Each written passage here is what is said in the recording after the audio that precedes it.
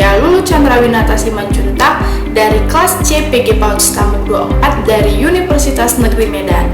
Pada kesempatan kali ini, saya akan mempresentasikan materi tentang pendidikan Pancasila. Video ini dibuat sebagai bagian dari tugas mata kuliah pendidikan Pancasila yang diampu oleh Bapak Dr. Muhammad Irfan SPD, MOR.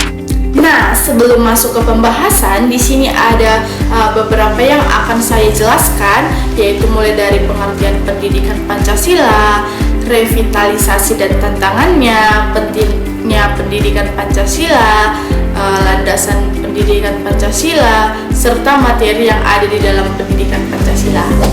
Nah, kita masuk kepada materi yang pertama, yaitu pengertian pendidikan Pancasila. Pendidikan Pancasila merupakan usaha yang dilakukan secara sadar dan terencana dalam proses pembelajaran dengan tujuan agar mahasiswa dapat mengembangkan potensi dirinya secara aktif. Nah, dalam pembelajaran ini, mahasiswa tidak hanya menjadi pendengar, tapi juga menjadi subjek aktif dalam proses belajar.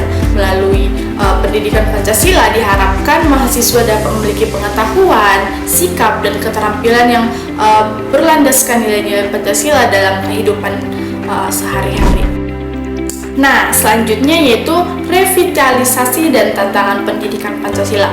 Pendidikan Pancasila perlu direvitalisasi karena masih ada mahasiswa yang kurang tertarik pada mata kuliah ini. Hal ini bisa disebabkan oleh metode pembelajaran yang kurang bervariasi atau materi yang dianggap kurang relevan dengan kondisi saat ini. Selain itu, ada beberapa faktor yang menyebabkan melemahnya nilai-nilai Pancasila, seperti lemah dijadikannya Pancasila sebagai alat legitimasi kekuasaan, terlambatnya revitalisasi nilai Pancasila mengikuti perkembangan zaman, serta adanya ketidaksesuaian antara nilai yang diajarkan dengan praktik dan kehidupan pada kehidupan sehari-hari.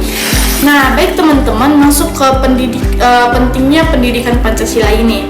Padahal sebenarnya teman-teman, pendidikan Pancasila ini memiliki peran yang sangat penting dalam membentuk karakter generasi muda saat ini.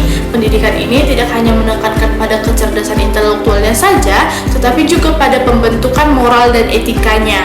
Di tengah perkembangan globalisasi dan kemajuan teknologi saat ini, muncul beberapa permasalahan seperti gradasi moral dan perilaku yang menyimpang. Oleh karena itu, pendidikan Pancasila sangat diperlukan untuk membentuk generasi yang berakhlak, bertanggung jawab, dan mampu memberikan kontribusi bagi bangsa. Nah, masuk ke pembahasan yang selanjutnya, yaitu landasan pendidikan Pancasila. Nah, pendidikan Pancasila yang memiliki beberapa landasan penting, yaitu landasan historis, filosofis, sosiologis, dan yuridis. Secara historis, Pancasila berasal dari perjalanan sejarah bangsa Indonesia.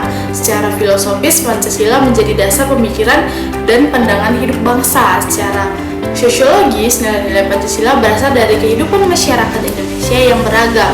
Dan secara yuridis, Pancasila memiliki kekuatan hukum karena tercantum dalam Undang-Undang 1945.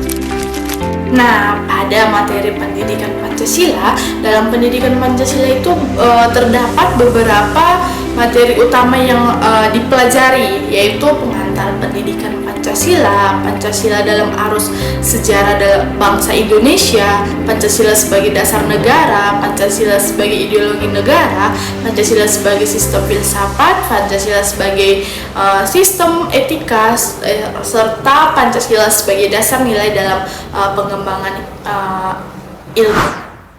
Nah, buat kesimpulannya, pendidikan Pancasila merupakan bagian penting dalam membentuk karakter mahasiswa sebagai generasi penerus bangsa.